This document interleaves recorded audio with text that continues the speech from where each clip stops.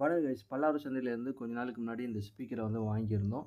So இது வாங்கும்போதே வந்து பார்த்திங்கன்னா நாட் ஒர்க்கிங்கில் தான் வாங்கியிருந்தோம். அதுக்கு அடுத்தது இந்த பேட்டரியை பூஸ்ட் பண்ணி போட்டு நம்ம ஐபிலாம் வச்சு க்ளீன் பண்ணி இந்த ஸ்பீக்கரை வந்து ரெடி பண்ணி யூஸ் பண்ணிகிட்டு இருந்தோம். ஸோ இப்போ என்ன ஆயிடுச்சுன்னு கேட்டிங்கன்னா, அதில் இருக்க பேட்டரி மறுபடியும் போயிடுச்சு. சார்ஜ் போட்டால் மட்டும்தான் வந்து ப்ளே ஆகுது. மற்றபடி வந்து சார்ஜை ரிமூவ் பண்ணோன்னா நம்ம ப்ளே ஆக மாட்டேங்குது. ஸோ அது பேட்டரி மாற்றலான்னு சொல்லிவிட்டு நம்ம ரிமூவ் பண்ணோம். ரிமூவ் பண்ண பிறகு வந்து பார்த்திங்கன்னா, உள்ள இவ்வளோண்டு ஸ்பீக்கரில் எத்தனை ஸ்க்ரூ கொடுத்துருக்காங்க பாருங்கள். கிட்டத்தட்ட 14 ஸ்பீக்கர் கொடுத்துருக்காங்க. ஒன்னொன்றும் வந்து பார்த்திங்கன்னா ஒரு சைஸில் கொடுத்துருக்காங்க. கிட்டத்தட்ட பார்த்திங்கன்னா 3 சைஸில் இதுக்குள்ளே வந்து ஸ்க்ரூ கொடுத்துருக்காங்க.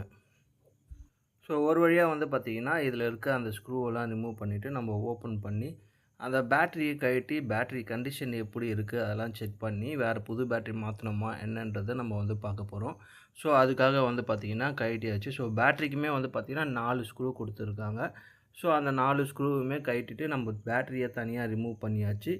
ஸோ ரிமூவ் பண்ணி வோல்டேஜ் செக் பண்ணி பார்த்தபோது வந்து பார்த்திங்கன்னா கம்மியாக தான் இருந்தது. ஸோ நார்மலாக வந்து பார்த்திங்கன்னா 3.7 வோல்டேஜ் இருந்தால் தான் உங்களுக்கு ப்ராப்பராக ஒர்க் ஆகும்.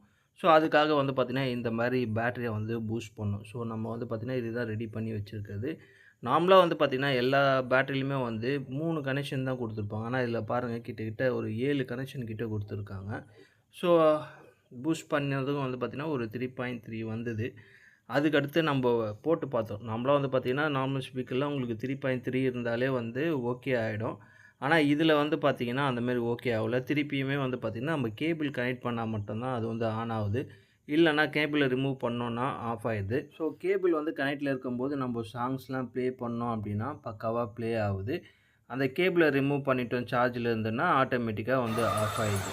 ஸோ அதனால் வந்து என்ன பண்ணலாம், புது பேட்டரியை மாற்றிடலாம் அப்படின்னு சொல்லிட்டு நம்மக்கிட்ட இருக்க ஒரு பேட்டரியை வந்து எடுத்து செக் பண்ணோம். ஸோ செக் பண்ணும்போது இதில் வோல்டேஜ் வந்து பக்காவாக இருந்தது. இதையே வந்து ஃபிக்ஸ் பண்ணிடலான்னு சொல்லிட்டு இருந்த மாதிரியே வந்து பழைய பேட்டரி எப்படி இருந்ததோ அதே மாதிரி வந்து அட்டாச் பண்ணி ஃபிக்ஸ் பண்ணியாச்சு. ஸோ இப்போ வந்து பார்த்திங்கன்னா சார்ஜ் கனெக்ட் பண்ணாமலே நம்மளுக்கு வந்து பார்த்திங்கன்னா பக்காவாக ப்ளே ஆகுது.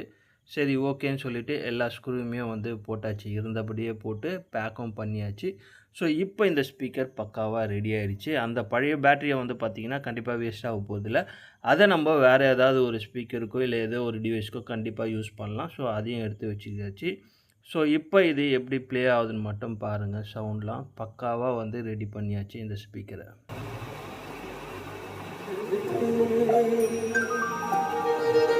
ஸோ கைஸ், இந்த வீடியோ பிடிச்சிருந்ததுன்னா லைக் பண்ணி ஷேர் பண்ணுங்கள். ஸோ இந்த மாதிரியான வீடியோஸ் பார்க்கணுன்னு நினச்சிங்கன்னா நம்மளோட சேனலை சப்ஸ்கிரைப் பண்ணி சப்போர்ட் பண்ணுங்கள். Bye guys.